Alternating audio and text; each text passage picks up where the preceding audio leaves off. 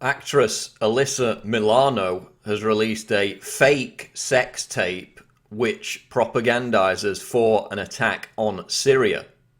And how this was done, as you can see from her official Twitter, is that the so-called sex tape was leaked onto the Funny or Die website, and then shortly afterwards she herself posted it on her official Twitter, pretending as if it was a genuinely leaked real sex tape, therefore attracting a ton of media attention.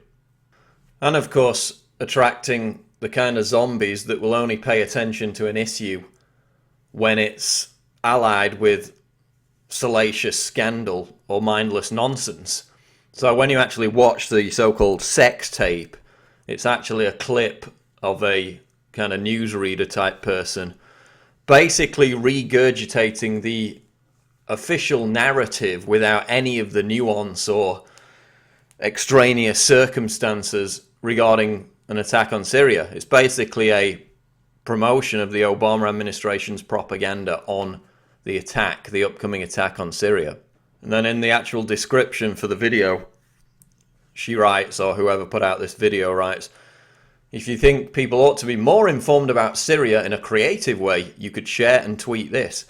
So the whole idea is this is about informing the zombies, the kind of people who tweeted out en masse the Kony 2012 video, which turned out to be, again, a propaganda exercise in justifying US military intervention in Africa. It's aimed at those people, and it's couched in this idea of, watch this, become more informed about Syria in a creative way.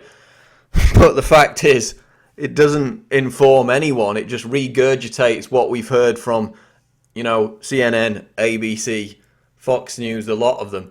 It doesn't add any of the nuance, any of the opposing arguments that have been vigorously made in opposition to an attack on Syria, which have resulted in polls in virtually every major Western country, Britain and America at the forefront of that, where the significant majority of the population oppose the attack on Syria.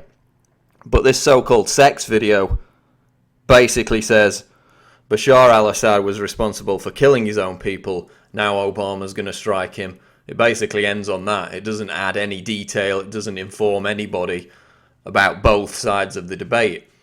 Of course, the sex tape, which is designed to inform people on Syria, makes no mention whatsoever of last week's revelations where the Associated Press and BBC correspondent Dale Gavlak, in association with her colleague, who went to Ghouta, the area affected by the chemical weapons attack, interviewed the rebels there, the FSA Western-backed insurgents, who admitted that they were given the chemical weapons but not trained to handle them, causing the accident, causing the explosion that led to the horrible chemical weapons incident which occurred on August 21st. No mention whatsoever of that. And of course, no mention of the incident back in March, which was then revealed in May to have been, again, the responsibility of the Western-backed rebels. They were caught using sarin nerve gas. Of course, yesterday it came out the Russian analysis of this incident also confirmed the original UN statement from Carla Del Ponte that rebels did use chemical weapons back in March, but that wasn't enough apparently to cross Obama's red line, of course, because he's only concerned about the Syrian government using chemical weapons because of the long-planned regime change going back to at least the weeks after 9/11, as revealed by General Wesley Clark. So again, just two little points that you would probably like to include in a debate about an attack on Syria, neither of which are mentioned in the supposedly informative and creative fake sex tape Alyssa Milano video.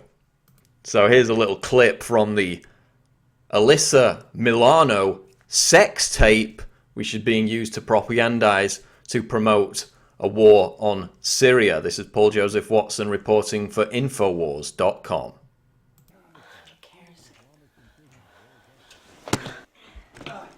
Chemical weapons attack by the Assad government killed nearly 1,400 Syrian civilians.